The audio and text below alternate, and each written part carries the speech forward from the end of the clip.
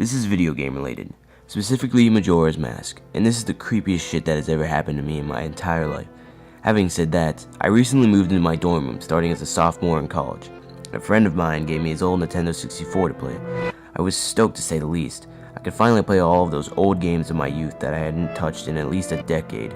The Nintendo 64 came with one yellow controller and a rather shoddy copy of Super Smash Bros. And while beggars can't be choosers, needless to say it didn't take long until I became bored of beating up level 9 CPUs. That weekend I decided to drive around a few neighborhoods, about 20 minutes or so off campus, hitting up the local garage sales, hoping to score on some good deals for ignorant parents. I ended up picking up a copy of Pokemon Stadium, GoldenEye, F-Zero, and 2 other controllers for $2. Satisfied, I began to drive out of the neighborhood, when one last house caught my attention. I still have no idea why it did. There were no cars there, and only one table was set up with random junk on it, but something sort of drew me there. I usually trust my gut on these things, so I got out of the car and I was greeted by an old man. His outward appearance was, for lack of a better word, displeasing. It was odd, if you asked me to tell you why. I thought he was displeasing. I couldn't really pinpoint anything. There was just something about him that put me on edge. I can't explain it.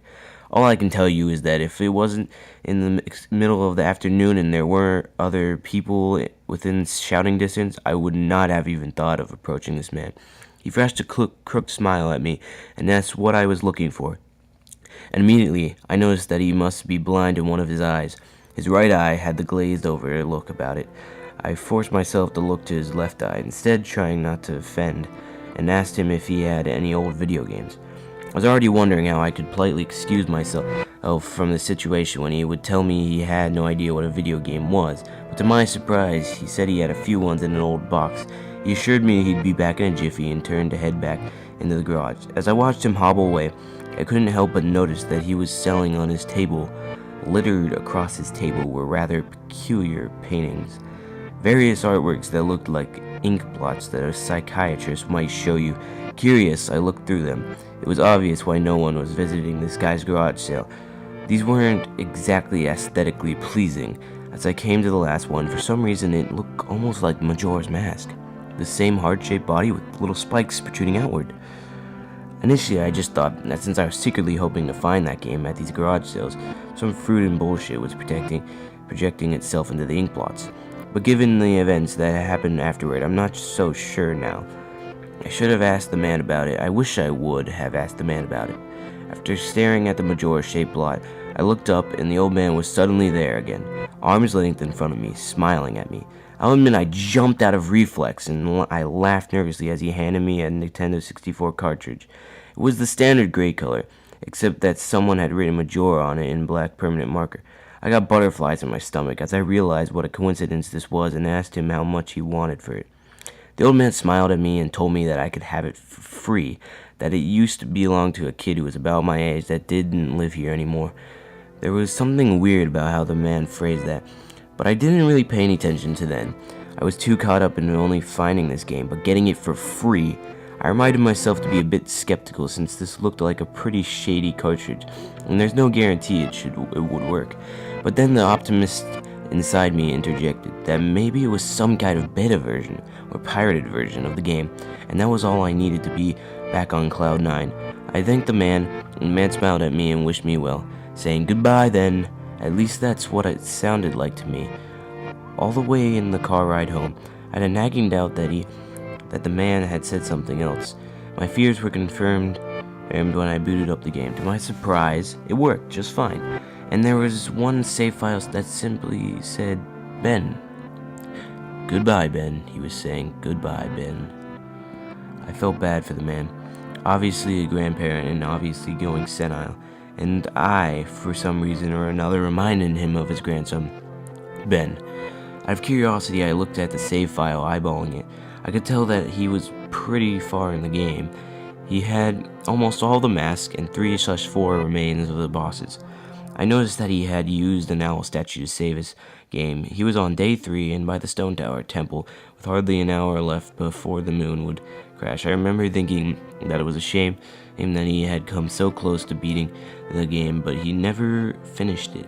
I made a new file named Link, out of tradition, and started the game, ready to relive my childhood. For such a shady looking aim cartridge, I was impressed at how smoothly it ran. Really just like a retail copy of the game, save for a few minor hiccups here and there, like textures being where they shouldn't be, random flashes of cutscenes at odd intervals. Nothing too bad. However, the only thing that was a little unnerving was that at times NPCs would call me Link, and other times they would call me Ben.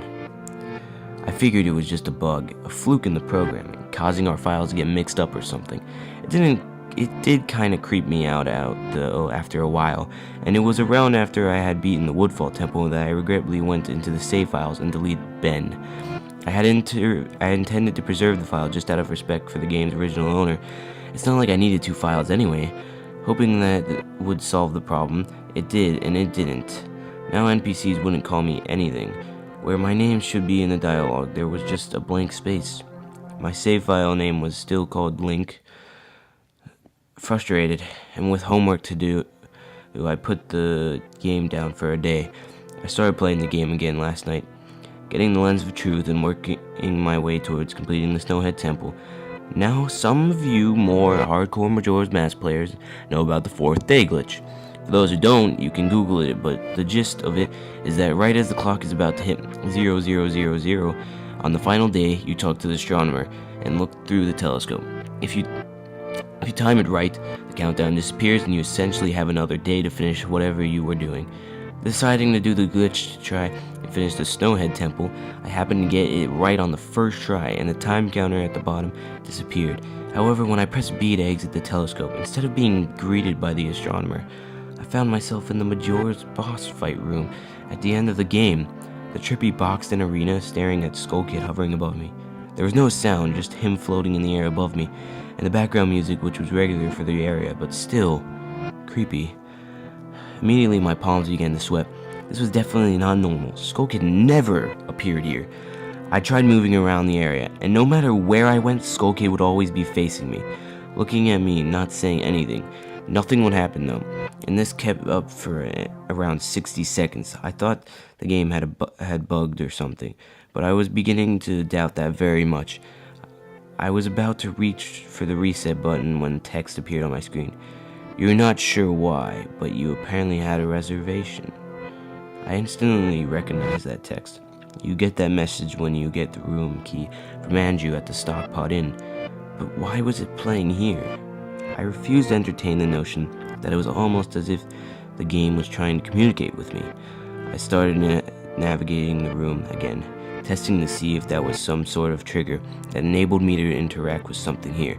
Then I realized how stupid I was to even think that someone could reprogram the game like this was absurd. Sure enough, 15 seconds later, another message appeared on the screen, and again, like the first one, it was already a pre-existing phrase. Go to the lair of the temple's boss. Yes/no. I paused for a second, contemplating what I should press and how the game would react when I realized that I couldn't select no. Taking a deep breath, I pressed yes, and the screen faded to white with the words "Dawn of a New Day," with the subtext blank beneath it. Where I was ported to filled me with the most intense sense of dread and impending fear I had ever experienced. The only way I can describe the way I felt here is having this feeling of inexplicable depression on a profound scale. I'm normally not a depressed person, but the way I felt here was a feeling that I didn't even know existed. It was such a twisted, powerful presence that it seemed to wash over me. I appeared in some kind of weird Twilight Zone version of Clocktown. I walked out of the clock tower as you normally do when you start from day one, only to find that all of the inhabitants were gone. Usually with the 4th day glitch, you can still find the guards and the dog that runs around outside the tower. This time they were all gone. What replaced them was the ominous feeling that there was something out there in the same area as me and that it was watching me. I had 4 hearts to my name and the hero's bow, but at this point I wasn't even considered for my avatar. I felt that I personally was in some kind of danger. Perhaps the most chilling thing was the music. It was a song of healing, ripped straight from the game itself, but played in reverse. The music would get louder, building up so as if you should expect something to pop out at you. Nothing ever did, and the constant loop began to wear on my mental state.